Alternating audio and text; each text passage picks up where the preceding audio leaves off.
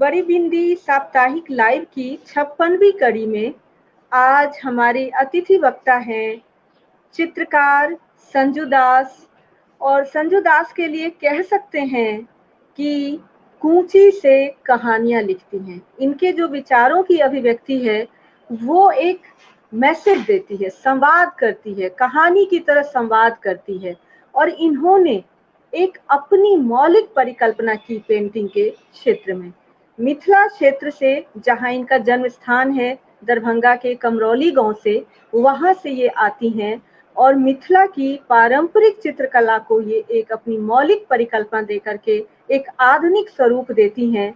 हमारे बीच हैं आज स्वप्रशिक्षित कलाकार संजू दास, और इनकी चित्रकारी की इस यात्रा को आज हम लोग सुनेंगे स्वयं इन्हीं के मुख से। संजू दास जी, बड़ी बिंदी साप्ताहिक लाइव की 56वीं कड़ी में आपका हार्दिक अभिनंदन है। नमस्कार, मैं संजू दास और आज मैं बहुत खुश हूँ कि आज मैं बड़ी बिंदी पे आप लोगों के सामने हाजिर हुई हूँ। और मुझे पहले जैसे ये पता नहीं था जो ये बड़ी बिंदी क्या है। यहाँ पर एक बार दिल्ली में ही विभा दीदी ने एक प्रोग्राम रखी थी, तो उसमें मैं भी थी। वहाँ पे क्या हुआ, बहुत बड़ी बड़ी बिंदी दीदी लगा रही थी, तो मुझे लगा जो ये बड़ी बिंदी क्यों लगा रही है। फिर बात करने पर फिर वहाँ पे कहानी संग्रह ऐसे सब बातचीत हुई, तो मुझे पता चला अच्छा ये बड़ी बिंदी की शुरुआत है, इसीलिए दीदी बड़ी बिंदी लगा के सबको ये कर रही है। तो मुझे बहुत अच्छा लगा। उसके बाद मैं जानी जो ये बड़ी बिंदी एक इनका फेसबुक पेज है और यहाँ पे सिर्फ महिलाएं हैं। ये मुझे बहुत अच्छा लगा जो एक छोटी सी बिंदी को औरतें अपनी मशक्कत से, अपनी कहानियां रच के, अपने हुनर को दिखा के छोटी से वो बड़ी बिंदी करती हैं। मैम, चित्रकारी कब से शुरू की आपने? देखिए, आप जानती हैं जो यहाँ जो सभी बैठी हुई हैं सभी को पता है जो मिथिला की बेटी, हर घर की बेटी मिथिला में कलाकार होती हैं। उसी तरह मैं, मतलब हम लोगों की जो कल्चर है, हम लोगों की जो परंपरा है, उसमें क्या है, दीवालों को सजाना, शादी ब्याह या कोई ऐसी मुंडन, कोई फंक्शन है तो उसमें अल्पना देना और दीवालों पे पेंटिंग करना, तो वहां से मेरी शुरुआत हुई थी। लेकिन मुझे तब ये पता नहीं थी जो ये कलाकार को आगे इतना सम्मान मिलता है। मैं तब कलाकार की दृष्टि से उसको नहीं देखती थी, उसको बस अपनी पारंपरिक मिथिला की बेटी जो करती है उस तरह से मैं करती थी। और जब मेरी शादी हुई तो मेरी शादी एक आधुनिक कलाकार से हुई। उसके बाद मैंने जाना कि जो कलाकार क्या होता है। और आपको आश्चर्य होगा कि शादी में हस्बैंड अपनी वाइफ को जो मुंह दिखाई देती हैं, वो मुंह दिखाई में मुझे एक ड्राइंग बुक मिली थी और स्केच बुक मिला था। उस ड्राइंग बुक से ड्राइंग आप देख के आप स्केच बुक पे करिए, इसके लिए मुझे ये तोहफा मिला था। तो मुझे बहुत आश्चर्य लगा जो ये तोहफा मुझे किस लिए दिया जा रहा है। तो फिर इन्होंने बताया पेंटिंग के बारे में, जो ऐसे ऐसे, ये पहले तो मुझे कुछ भी नहीं पता था जो ये कलाकार होता क्या है, क्योंकि मैं, मेरी लालन पालन, मेरी पढ़ाई लिखाई सब गांव से हुई थी, तो मैं गांव में रहती थी ज्यादातर, तो मुझे इतना कुछ कलाकार के बारे में पता नहीं था। और जब मिला तो मुझे बहुत अच्छा लगा जो एक कलाकार को कितना मान सम्मान दिया जाता है। जब दिल्ली आई तो वहां से मेरी कला की यात्रा शुरू हुई। शादी के बाद जो कहा जाता है ना, जो औरत अगर एक जन्म से दूसरे जन्म में जाती है तो वो, मतलब उस वहां से पेंटिंग की यात्रा जो मेरी शुरू हुई, जब इन्होंने बताया जो ऐसे ऐसे पेंटिंग होती है, कलाकार होते हैं, काम करते हैं, तो जब मेरी शादी होके मैं दिल्ली आई तो यहाँ पे मैं आधुनिक कलाकारों सबसे मिली थी। तब मुझे लगा जो काम करूं मैं भी, और उसी ड्राइंग बुक से देख देख के मैं स्केच में करने लगी थी। तो यहाँ से मेरी पेंटिंग की यात्रा शुरू हुई। तो इस आधुनिक कला की को सीखने की प्रेरणा तो आपको पति से मिली, लेकिन इसमें कितना उनका प्रशिक्षण था और कितना आपका अपना अभ्यास था? देखिए, कोई भी कलाकार अगर अपनी अभ्यास न बनाए तो आगे नहीं बढ़ सकती है। और ये बात भी सही है, अगर आपकी पति, आपके परिवार अगर आपका साथ देता है और आपकी सहयोग करता है तो आप उसके साथ आगे बढ़ते हैं। तो मेरे मतलब कला गुरु मेरे पति हैं, और उन्हीं से मैंने सारी दीक्षा, सारी शिक्षा मैं कला की प्राप्त की हूँ। क्योंकि मैं तो कोई कहीं से कोर्स नहीं की हूँ, तो मुझे इतनी ज्ञान तो थी नहीं जो क्या कला में कैसे ट्रीटमेंट होता है, कैसे हम कलर लगाते हैं। क्योंकि मिथिला पेंटिंग की जो ये होती है उसमें क्या फ्लैट कलर भरते हैं, और फ्लैट कलर में बारीकी से लाइन देते हैं, कचनी में, भरनी में, इसमें आप करते हैं। तो उसकी तो थोड़ी बहुत ज्ञान थी मुझे। लेकिन जब मेरे पति मुझे सिखाए तो असली कला गुरु मेरे पति हैं। आपने परिश्रम किया, अभ्यास किया, पति का आपको हमेशा कह सकते हैं कि उनसे प्रेरणा भी मिली, उन्होंने सिखाया भी। लेकिन जब आप सीख गईं और अच्छी पेंटिंग करने लगी, तो कभी ऐसा क्षण आया जब प्रतिस्पर्धा का भाव दोनों के बीच उत्पन्न हो गया हो? क्योंकि जब 2 कलाकार एक साथ रहते हैं, तो एक प्रतिस्पर्धा स्वस्थ प्रतिस्पर्धा भी होती है। तो क्या वो गुरु शिष्य का भाव प्रबल था, या पति पत्नी का भाव प्रबल था, या प्रतिस्पर्धा का भाव प्रबल था? कौन सा भाव प्रबल था, या कभी ऐसा हुआ कि सारे भावों पर प्रतिस्पर्धा का भाव प्रबल हो गया हो? जो गुरु और शिष्य होता है, तो जब हम चित्र के लिए बैठते थे या कला पे कोई विषय पे लेके हम दोनों बातचीत करते हैं, तो वहां पे हमारा शिष्य और गुरु का ही भाव होता है। क्योंकि वहां पे हम शिक्षा ग्रहण करते होते हैं। तो वहां पे कोई ऐसा नहीं होता है, कभी कभी जैसे अब कुछ ज्यादा हो गया तो पति पत्नी का भी भाव आता है, लेकिन फिर भी मैं उनको अपना गुरु के रूप में मैं ज्यादा मानती हूँ। जब मेरी कला की यात्रा होती है, कला का कोई बात होता है, या हम पेंटिंग करते होते हैं, कहीं पे कुछ ऐसी बात होती है जो हमें समझ नहीं आती है, तो हमें उनसे पूछना पड़ता है। तो हम एक गुरु के रूप में ही मानते हैं, और गुरु का ध्यान करते हुए हम उनसे बातचीत करते हैं। उस टाइम में उनसे शिक्षा लेते हैं। तो ऐसी कोई प्रतिस्पर्धा नहीं होती है। कहते हैं कि एक गुरु की तब सबसे बड़ी उपलब्धि होती है जब शिष्य उससे आगे निकल जाए। तो क्या कभी ऐसा कोई क्षण आया जब किसी प्रदर्शनी में या किसी प्रतियोगिता में आपकी कोई कृति आपके पति की कृति से ज्यादा सराही गई हो?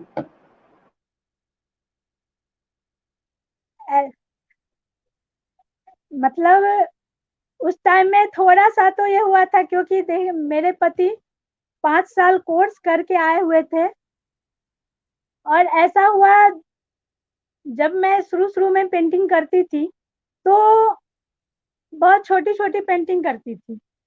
तो सभी दोस्तों, जो इनके दोस्त कलाकार आए थे हमारे यहाँ, वो लोग देखे तो उनको लगा जो ये बहुत अच्छा काम कर रही है, तो दास जी आप इनका प्रदर्शनी क्यों नहीं करते हैं। तब उनको लगा जो नहीं ठीक है, प्रदर्शनी करना चाहिए, तो हमने प्रदर्शनी लगाई। उसमें मेरे काम को बहुत सराहा गया, और वहां पे मेरे पति को मतलब बहुत खुशी हुई। जैसे इस मामले में मैं बहुत ही भाग्यशाली हूँ, जो मेरे पति मेरे काम को बहुत सराहे हैं और बहुत आगे बढ़ाए हैं। तो उनको, जैसे मेरा उस टाइम में एक आईफेक्स में सिलेक्शन हुआ था पेंटिंग का, और वही काम मैंने नेशनल में मैं भी दी थी, नेशनल ऑफ आर्ट में गैलरी में, और मेरे पति का भी काम वहां गया था। लेकिन मेरा काम वहां पे सिलेक्ट हो गया और वहां परचेज हो गया, मॉडर्न आर्ट गैलरी। तो थोड़ा सा तो लगता है, जो मैं इतना मतलब 5 साल कोर्स करके आया हूँ और मेरा काम यहाँ पर सिलेक्शन नहीं हुआ, मेरी वाइफ का हो गया, लेकिन फिर भी मेरे पति बहुत अच्छे हैं, उतना ये जाहिर नहीं किए। मुझे खुद को लगा जो मेरा मतलब काम इसमें सिलेक्शन हो गया और मेरे हस्बैंड का नहीं हुआ, इसका मतलब मेरे काम में कुछ दम है। तो मुझे बहुत गर्व हुआ उस टाइम में। यानी आपका आत्मविश्वास मजबूत हुआ और आपको लगा कि वाकई मेरे काम में कुछ बात है। अब भारतीय समाज की बात करें तो पितृ प्रधान समाज है और हमेशा ये होता है कि यदि पति पत्नी दोनों को किसी कार्यक्रम में हिस्सा लेना है, किसी प्रदर्शनी में जाना है या किसी प्रतियोगिता में अपनी कृति भेजनी है, तो पुरुष को जितनी सहूलियत मिलती है, पत्नी चाय बनाकर देती है, नाश्ता बनाकर देती है, सामने से कप उठाकर ले जाती है, पर उसके बाद फिर स्त्री अपनी पेंटिंग करती है या जो भी उनका काम है उसकी तैयारी करती है। तो इन सारी चीजों को संभालते हुए कभी आपको ऐसा लगा कि मैं कंपटीशन के दौर में कहीं पीछे तो नहीं छूट रही हूँ?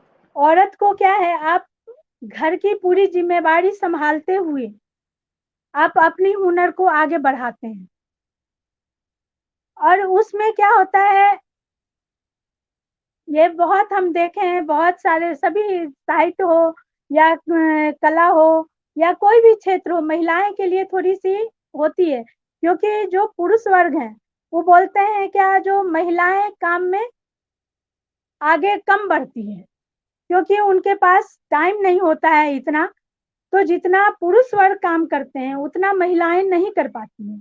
तो ये बात सही है, क्योंकि महिलाएं के पास बहुत सारी जिम्मेदारियां होती हैं, क्योंकि आप घर संभालते हुए, बच्चे संभालते हुए, सुबह से शाम तक आप इतना काम करने के बाद अपने लिए टाइम निकालते हैं आप, और उसमें आप काम करते हैं, तो जाहिर सी बात है थोड़ा सा कम तो होता ही है। लेकिन उसमें क्या है, अगर आपके पति, आपके परिवार सहयोग देते हैं तो थोड़ा आप ज्यादा टाइम निकाल सकते हैं। और ये आप जो काम करते हैं, जैसे मैं चित्रकारी करती हूँ, तो मैं अपने लिए टाइम मुझे खुद निकालना होगा तब मैं निकाल सकती हूँ, बशर्ते इतना कोई ये नहीं करेगा जो आप अपना सब काम छोड़ दीजिए और आप पेंटिंग कीजिए, ये भी औरतें से नहीं हो सकती है। क्योंकि आप जितना जिम्मेवारी संभालते हैं, औरत जितना जिम्मेवारी जानती है, करती है, उतना जेंट्स नहीं उठा सकता है। तो लगता है थोड़ा बहुत कभी कभार, जैसे अब मेरे हस्बैंड करते रहते हैं काम और मैं अपने किचन में चूल्हे चौके में लगी रहती हूँ और मेरे पास उस टाइम नहीं होता, तो मुझे लगता है कि नहीं भाई, जल्दी से काम करके और मैं अपने काम करने जाऊं। तो लगता है जो कभी कभी जो मैं पिछड़ रही हूँ, लेकिन फिर मैं अपने आप को उस टाइम खड़ा करती हूँ, जो नहीं, सारी जिम्मेवारियां संभालते हुए मुझे काम करना है, तो थोड़ा सा टाइम निकालना पड़ेगा। और फिर मैं उस चीज को पकड़ के फटाफट जल्दी से काम करती हूँ, क्योंकि जब तक मैं एक एक भी ड्राइंग और स्केच न कर लूँ दिन में, तो मुझे चैन नहीं मिलती। तो फिर सारे काम निपटाते हुए मैं काम करने के लिए बैठती हूँ। 2018 में बिहार सरकार ने आपको वरिष्ठ महिला कलाकार से सम्मानित किया और इस सम्मान से निश्चित रूप से आपका जो प्रोत्साहन है वो बहुत ज्यादा हुआ होगा, आपका स्वाभिमान बहुत जगा होगा, बहुत आप में उत्साह आया होगा। लेकिन जो ये समय है, यानी कि जो बात बार बार आ रही, पहले भी आई है कि जिम्मेदारियों का आधिक्य और समय का अभाव, तो वो कितना समर्पण भाव था या अपने भीतर की कितनी जिद थी जिसके कारण ये करना संभव हुआ? क्योंकि इसी दौरान आपके बच्चे भी हुए होंगे, आप गर्भवती हुई होंगी, प्रसव से गुजरी होंगी, बच्चों की परवरिश हुई होगी, सास ससुर की सेवा हुई होगी, अपना स्वास्थ्य रहा होगा और पति के साथ भी जब भी कोई ऐसी परिस्थिति आई होगी कि उनको कभी देखभाल की आवश्यकता है तो वो भी आपने किया होगा। तो इन सारी चीजों के साथ कैसे सामंजस्य बनाया और कैसे अपने आप को इतना मजबूत किया कि वरिष्ठ महिला कलाकार सम्मान तक आप पहुंची? शुरू शुरू में मुझे बहुत परेशानी हुई थी, क्योंकि मैं भी आर्ट कॉलेज में एडमिशन लेने के लिए तैयारी कर रही थी। तो उस टाइम में थोड़ा सा मुझे ये लगा था जो घर से उतना ये नहीं मिल रहा है, मैं कैसे करूंगी। लेकिन मेरा पति उस टाइम में बहुत साथ दिए और मैं कॉलेज भी गई, वहाँ एडमिशन के लिए मैं की। लेकिन उस टाइम में वहाँ पे कुछ ऐसा था जो मेरा एडमिशन नहीं हो पाया।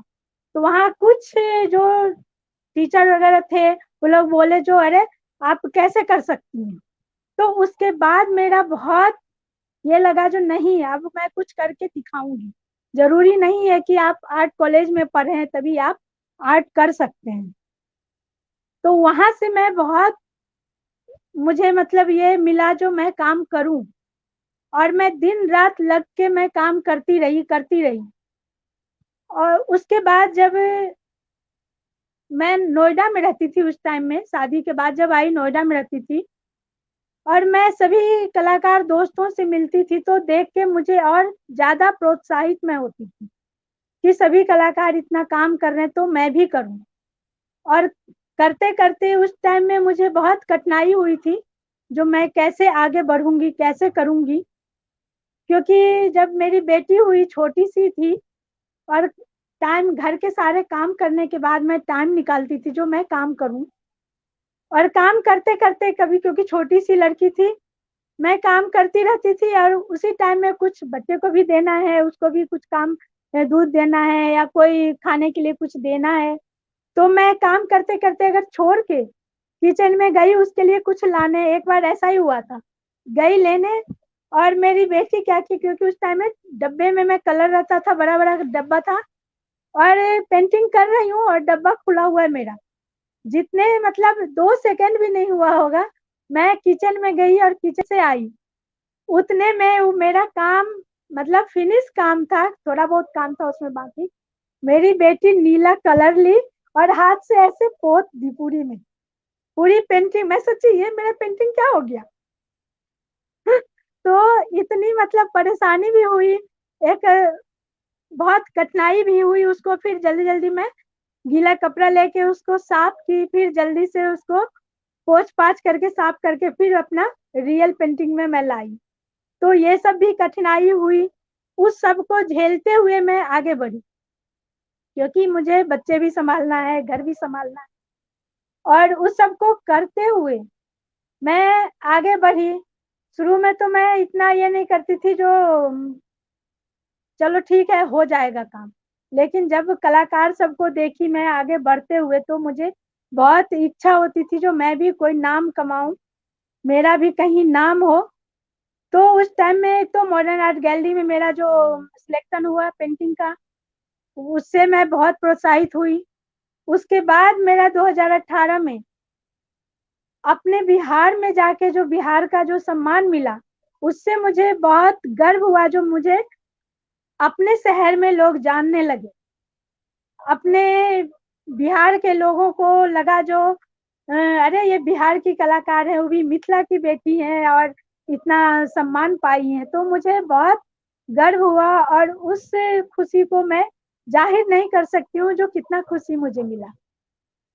क्योंकि जो मेरी सम्मान मिला था तो मेरे ससुर जी बहुत खुश थे और मेरी सास भी बहुत खुश थी। ससुर जी बोले अरे नीतीश के हाथ से इनको सम्मान मिल रहा है तो मैं भी जाऊंगा देखने। मैं बोली क्यों नहीं बाबूजी, आप भी चलेंगे, क्यों नहीं जाएंगे। फिर मैं अपने सास ससुर को लेके गई वहाँ। और उस time में मुझे लगा तो कोई भी लड़की अगर मान सम्मान से आगे बढ़ती है तो अपने माँ बाप को, अपने सास ससुर को कितना खुश होता है। और वो खुशी मतलब मैं देख के मैं बहुत खुश हुई, जो मेरे सास ससुर भी आज बहुत गर्वान्वित महसूस कर रहे हैं जो मेरी बहू आज इतनी ऊंचाई पे चढ़ी है। कि जो भी कला अकादमिक संस्थान होते हैं जहाँ पर चित्रकारी या अन्य ललित कलाओं का प्रशिक्षण दिया जाता है, वो स्व प्रशिक्षित कलाकार को बहुत गंभीरता से नहीं लेते हैं। उन्हें लगता है कि ये कलाकार क्या कर पाएंगे, उनसे उनकी ज्यादा उम्मीद नहीं होती है। और दूसरा उनका प्रश्न है कि पेंटिंग या ड्राइंग में सही गलत का क्या कॉन्सेप्ट है। क्या किसी स्ट्रोक के द्वारा किसी सही गलत को सही कर देना ये एक आर्ट है। ये बात सही है, जो जो किसी एकेडमिक से आप पास किए हुए हैं तो उसका एक अलग ये होता है जो अरे वो तो आर्ट कॉलेज से पढ़े हुए तो उसको बहुत ज्ञान है, लेकिन मेरी मानना है कि ऐसा कुछ नहीं है। ये रियाज पे आप डिपेंड करते हैं, क्योंकि आर्ट कॉलेज से बहुत सारे स्टूडेंट निकल के आते हैं, लेकिन जरूरी नहीं है वो फील्ड में टिक पाए। अगर आप आर्ट कॉलेज से प्रशिक्षण ले ली, लेकिन आप आगे उसको रियाज नहीं की, उसको आप काम नहीं की, तो आप आगे नहीं बढ़ सकती हैं। तो इसीलिए मेरा मानना है जो आप जितना भी स्व प्रशिक्षित है, और अगर आप रेगुलर काम कर रहे हैं, रेगुलर आप रियाज में हैं, तो आज न कल आपको वो दर्जा मिलेगा ही मिलेगा। क्योंकि लोग काम देख के भी कहते हैं जो नहीं इसमें काम में दम है। तो इसीलिए मैं ये नहीं मानती हूँ जो आर्ट प्रशिक्षण जो लिए हुए हैं वही आर्टिस्ट हो सकते हैं, जो स्व प्रशिक्षित हैं वो आर्टिस्ट नहीं है। क्यों? इसीलिए मैं ये करके दिखाई हूँ, क्योंकि मेरे लिए भी लोगों का मानना था जो ये संजू दास क्या कर रहे लेंगी, ये तो कहीं से शिक्षा दीक्षा ली नहीं है तो ये क्या काम करेंगी।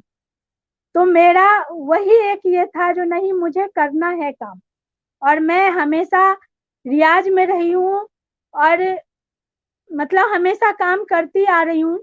तो लोगों को भी मानना पड़ा जब भी मेरा बिहार में सम्मान मिला।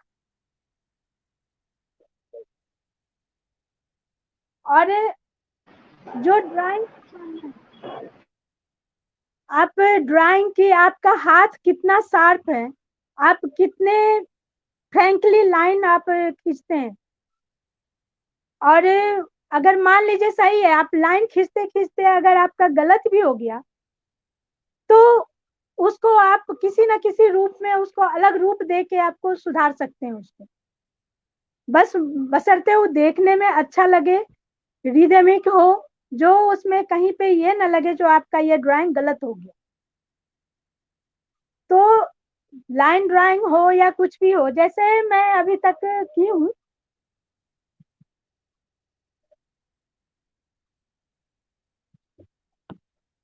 जैसे ये देखिए, इसमें अगर आपको मान ले नाक और ये करते हुए भी अगर कुछ गलत हो गया, तो उसको आप सुधार के आप अच्छे तरीके से उसको अच्छा कर सकते हैं।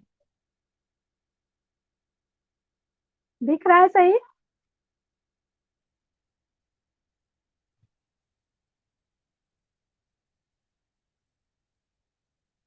सही दिख रहा है पेंटिंग, ड्राइंग, विभा जी?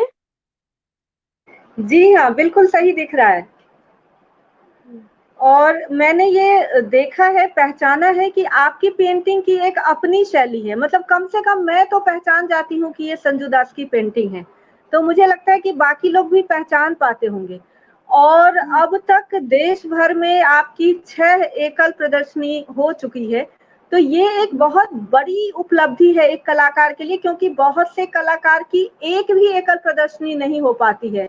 तो ये इतनी बड़ी उपलब्धि, 6 एकल प्रदर्शनी हो पाना, ये कैसे संभव हुआ और आपकी इस पर क्या प्रतिक्रिया है? इस पर यही है, मैं बोली ना, जो एक रियाज की जरूरत है। और आपके पास आप जितना काम करेंगे और जितना आपका काम होगा तो आप एग्जिबिट कर सकते हैं। इसीलिए आपके पास काम होनी चाहिए और काम आप करते रहेंगे। और इसमें मेरे पति का बहुत बड़ा सहयोग है, जो मेरे साथ जाते थे गैलरी बुक करवाने के लिए, और सारे प्रेस में हम मेरे साथ जाते थे। प्रेस में आप ये करवाने के लिए जो प्रेस रिलीज निकलवाना है, तो उसके लिए मैं सब प्रेस में जाती थी। तो मेरे पति हमेशा मेरे साथ जाते थे।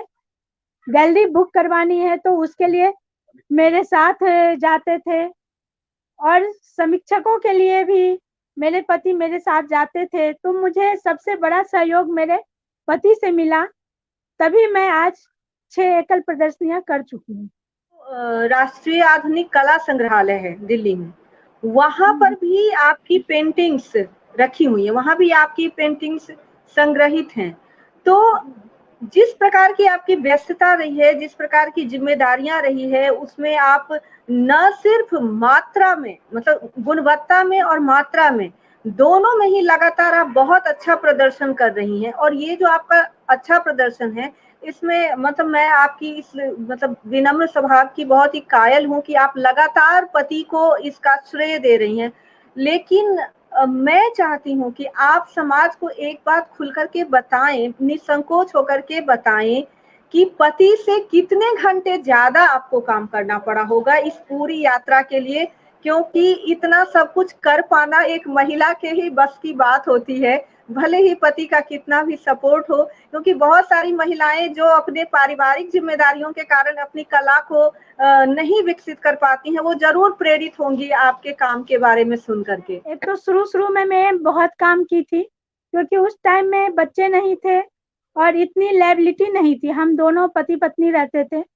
पति मेरे ऑफिस चले जाते थे, तो उसके बाद मेरे पास टाइम ही टाइम रहती थी। तो मैं उस टाइम में बहुत काम की थी। उसके बाद काम करने का एक टाइम मैं फिक्स करती थी, जिस टाइम में बच्चे सोते हैं उस टाइम में मैं काम करती थी। अपने घर की सारी जिम्मेवारियां निभाते हुए, उसको काम निपटाते हुए उस टाइम में काम करती थी। फिर मैं रात में सोने से पहले कुछ देर काम करती थी, उसके बाद मैं सोती थी। तो मैं ऐसे ऐसे करके टाइम निकालती थी काम करने के लिए, क्योंकि कोई भी जेंट्स आता है, जेंट्स कहते हैं जो औरत क्या काम करेगी, कैसे काम करेगी, लेकिन मैं उसी में टाइम निकाल के, क्योंकि घर का काम कोई और नहीं कर देगा, आपके पति नहीं करेंगे, तो हम लेडीज को ही सब काम करते हुए अपने लिए टाइम निकालना होता है। तो मैं उसी वजह से रात रात में जग के काम करती थी। दिन में जब भी टाइम मिला तो मैं काम कर लेती थी। इतना काम करते करते मेरे पास बहुत काम हुआ जब मैं एग्जीबिशन लगाई। तो मैं उन हर स्त्री को कहती हूँ, जो आप अपने लिए टाइम निकालिए, क्योंकि अगर आप अपने लिए टाइम नहीं निकालेंगे तो कोई साथ नहीं देगा आपका। दीदी, जहाँ तक मेरी जानकारी है कि किसी पाठ्यक्रम की किसी पुस्तक में आपका कोई चित्र लगा हुआ है। तो मुझे अभी अभी फिलहाल में जो ये हुआ है, उनका है गीता श्री का ये बुक, उसमें मेरा इसमें छपा है कवर पेज, बलम कलकत्ता में। और एक है त्रिभुक्ति, क्योंकि उतना है तो बाकी बहुत सारे में, लेकिन सारे अभी है नहीं, मैं अभी दिखाती हूँ। ये त्रिभुक्ति है, इसमें एक पेंटिंग मेरा छपा है। और राजेंद्र यादव की जो हंस पत्रिका छपती थी, उसमें मेरा ये छपा था पेंटिंग। और उस टाइम में इरफान जी मेरे लिए कुछ मेरे पे लिखे थे, तो राजेंद्र यादव जी को बहुत अच्छा लगा था मेरा पेंटिंग देख के, तो उन्होंने ये पेंटिंग मंगवाया जो मैं अपने हंस पे छापूंगा। मुझे बहुत खुशी हुई, जो मतलब इतनी अच्छी पत्रिका है हंस, और उसमें मेरा कवर पेज पे छप रहा है। मैम, अभी तो आप एक मुकाम पर पहुंच चुकी हैं, लेकिन मैं आपकी उस अनुभूति को आपके मुख से सुनना चाहूंगी जब पहली बार संजू दास को एक अपनी पहचान मिली होगी एक चित्रकार के रूप में। जब मैं उस टाइम में, ये देखिए, ये बहुत छोटा छोटा काम कर रही थी मैं, ये बहुत बड़ा काम नहीं है, ये पेपर वर्क है और मिक्स मीडियम में किया हुआ है, वाटर कलर और मिक्स मीडियम। तो उस टाइम में बहुत, जैसे आप A4 साइज का 4 टुकड़ा करते हैं, उसके एक टुकड़े का ये काम है। मैं इस तरह का बहुत सारा काम की थी। एक ये है, एक ये काम है, ये सब मेरी शुरुआती दौर की काम है, जो सारा ये पेपर वर्क है वाटर कलर और पेस्टल में। तो उस टाइम की ये मेरी कलाकृति है। और ये पहली प्रदर्शनी मेरी लगी थी ललित कला एकेडमी में। तो उस टाइम में मुझे इतना ये नहीं था जो मैं क्या कर रही हूँ और कैसे लोग इसको सराहेंगे, लेकिन जब मेरी प्रदर्शनी लगी, और खुशी की बात है जो इस प्रदर्शनी में, मतलब जब हम कोई ये करते हैं एग्जीबिशन, तो इनॉग्रेशन करते हैं, इनॉग्रेशन से पहले ही मेरी काम बिक गई थी। एक तरफ से खुशी भी थी और दूसरी तरफ से ये था जो अरे मेरा पेंटिंग बनाया हुआ कोई लेके जा रहा है। तो मुझे बहुत उस टाइम में लग रहा था कि अरे नहीं दूं अपना पेंटिंग। तो लगातार मेरी उस टाइम में 6 एकल प्रदर्शनी हुई थी, उसमें एक बिहार में भी हुई थी। क्योंकि जब बिहार में लगी थी तो मेरा वो पहला ये था जो बिहार में मेरे मुझे कोई जानता नहीं है, क्योंकि मैं आर्ट कॉलेज से नहीं पढ़ी हूँ। तो मेरा ये भी एक था जो बिहार में मैं शो करूं और वहाँ के लोगों को दिखाऊं। तो वे शो वहाँ पे कोई गैलरी में नहीं मैं की थी, एक डाक बंगला चौराहा पे एक ओपन गैलरी था, नंदलाल बसु दीर्घा। तो उसमें मेरा शो हुआ था और उसमें फ्रंट पेज पे पेपर में छपा था। तो लोगों को बहुत आश्चर्य हुई थी जो ये इनका क्या पेपर में पैसा देके छपवाई है। मैं अभी दिखाती हूँ आपको।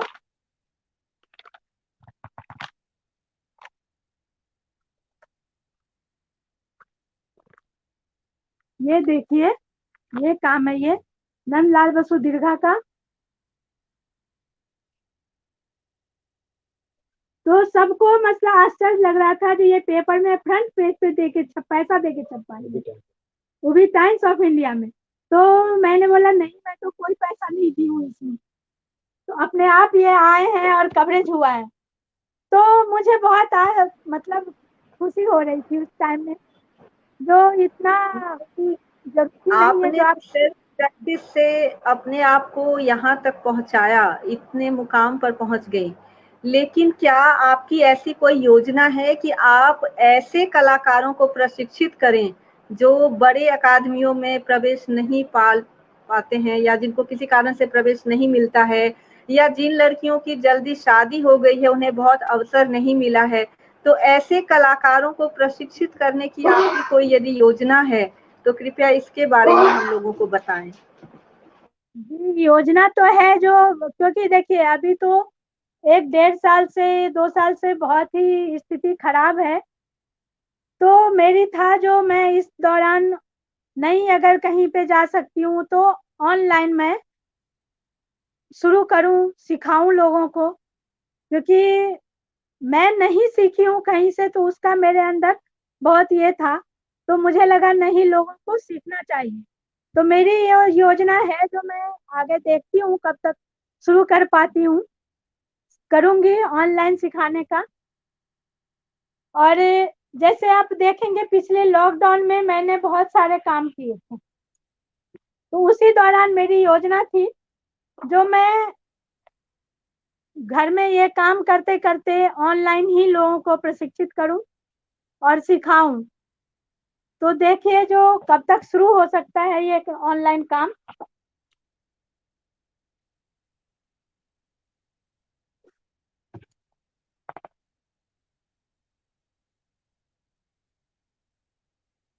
क्योंकि अभी तो ये संभव नहीं है जो हम कहीं भी जाके कर सकते हैं। शुरू में मेरी योजना थी जो हम अपने कहीं स्टूडियो पे ही बुलाएं लोगों को और वहीं सिखाएं। लेकिन ये देखिए कब तक संभव हो सकता है। जब तक फिलहाल सोच रही हूँ जो ऑनलाइन शुरू करूँ। मैम, युवा पीढ़ी को क्या संदेश देना चाहेंगी? मैं युवा पीढ़ी को, देखिए अपने जो समाज में महिला हैं, सभी महिलाएं में कुछ ना कुछ हुनर है और उस हुनर को आप अपने परिवार से ही बाहर निकाल सकते हैं। और सभी युवा पीढ़ी से मैं यही कहूंगी कि अगर आप में कोई हुनर है तो उसको आप निकालिए। तो मैं ये कहना चाहती हूँ युवा पीढ़ी से, हर महिला को अपने हुनर को आगे बढ़ाना चाहिए और अपनी फैमिली से प्रोत्साहन मिले। मैं सभी से ये कहती हूँ जो, एक तो आप कोई भी हुनर है, आप में पेंटिंग करते हैं या कविता लिखते हैं या साहित्य लिखते हैं, तो उस चीज को आप आगे बढ़ाइए। अगर पेंटिंग करते हैं तो सबसे पहले आप उसमें से सबसे अच्छा काम छाँट के आप फ्रेमिंग करवा के आप अपने दीवार पे लगाइए, अपने घर में लगाइए।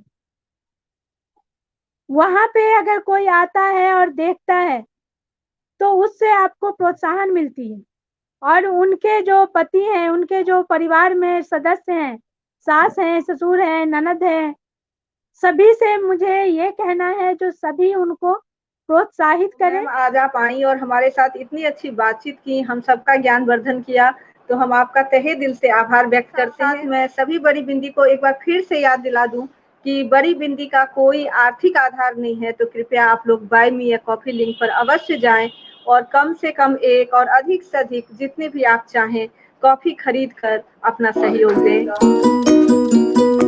के साथ ही आज के कार्यक्रम को हम लोग यहाँ पर विराम देते हैं और सबको प्रणाम।